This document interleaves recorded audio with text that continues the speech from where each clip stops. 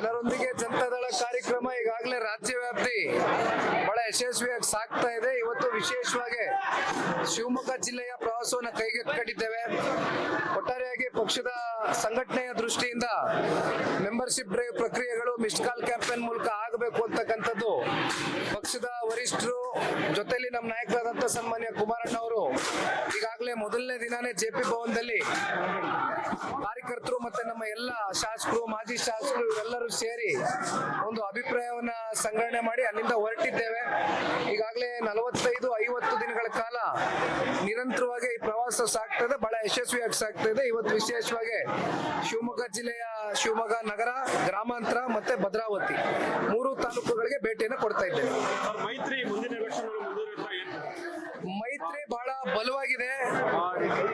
ಯಾವುದೇ ಕಾರಣಕ್ಕೂ ಮೈತ್ರಿಯಲ್ಲಿ ಯಾವುದೇ ಅಪಸ್ವರ ಆಗ್ಲಿ ಬಿರುಕು ಉಂಟುಮಾಗ್ತಕ್ಕಂಥ ಪ್ರಶ್ನೆನೇ ಇಲ್ಲ. ಇದು ಶಾಶ್ವತವಾಗಿ ಸನ್ಮಾನ್ಯ ದೇವೇಗೌಡರು ಸಾಹೇಬರು ತಗೊಂಡಿರ್ತಕ್ಕಂಥ ನಿರ್ಧಾರ. ಯಾವಾಗ್ಲೂ ಕೂಡ ಅವರ ನಿರ್ಧಾರದಲ್ಲಿ ಒಂದು ಸ್ಥಿರತೆ ಇರುತ್ತೆ. ಯಾವುದು ಅಸ್ಥಿರವಾದಂತ ನಿರ್ಧಾರ ತಗೊಳ್ತಕ್ಕಂಥದ್ದಲ್ಲ. ದೇವೇಗೌಡರು ಸಾಹೇಬರು ಇವತ್ತು ನರೇಂದ್ರ ಮೋದಿಜಿ ಅವರಿಗೆ ಒಂದು ಶಕ್ತಿಯನ್ನು ತುಂಬಿಸ್ತಕ್ಕಂಥದಕ್ಕೆ ಕಳೆದ ಸಂಸತ್ ಚುನಾವಣೆಯಲ್ಲಿ ನಾವು NDA ಮಿತ್ರಕೂಟದ ಒಂದು ಭಾಗವಾಗಿ ಇವತ್ತು ಜನತಾದಳ ಪಕ್ಷ ನಮ್ಮ ಬೆಂಬಲವನ್ನು ಸೂಚಿಸಿದ್ದೇವೆ. ಇದು ನಿರಂತರವಾಗಿ ಇದೇ ರೀತಿ ಸಾಗುತ್ತೆ. 100% ಸಾಗುತ್ತೆ, ಯಾವುದೇ ಅನುಮಾನ ಇಲ್ಲ ಅನ್ನಲ್ಲ. 100% ಸಾಗುತ್ತೆ. ಲೇಟೆಸ್ಟ್ ಹಾಗೂ ಇಂಟ್ರೆಸ್ಟಿಂಗ್ ಸುದ್ದಿಗಳಿಗಾಗಿ ಬಾಸ್ ಟಿವಿ ಕನ್ನಡ ಚಾನೆಲ್ನ ಸಬ್ಸ್ಕ್ರೈಬ್ ಮಾಡಿ.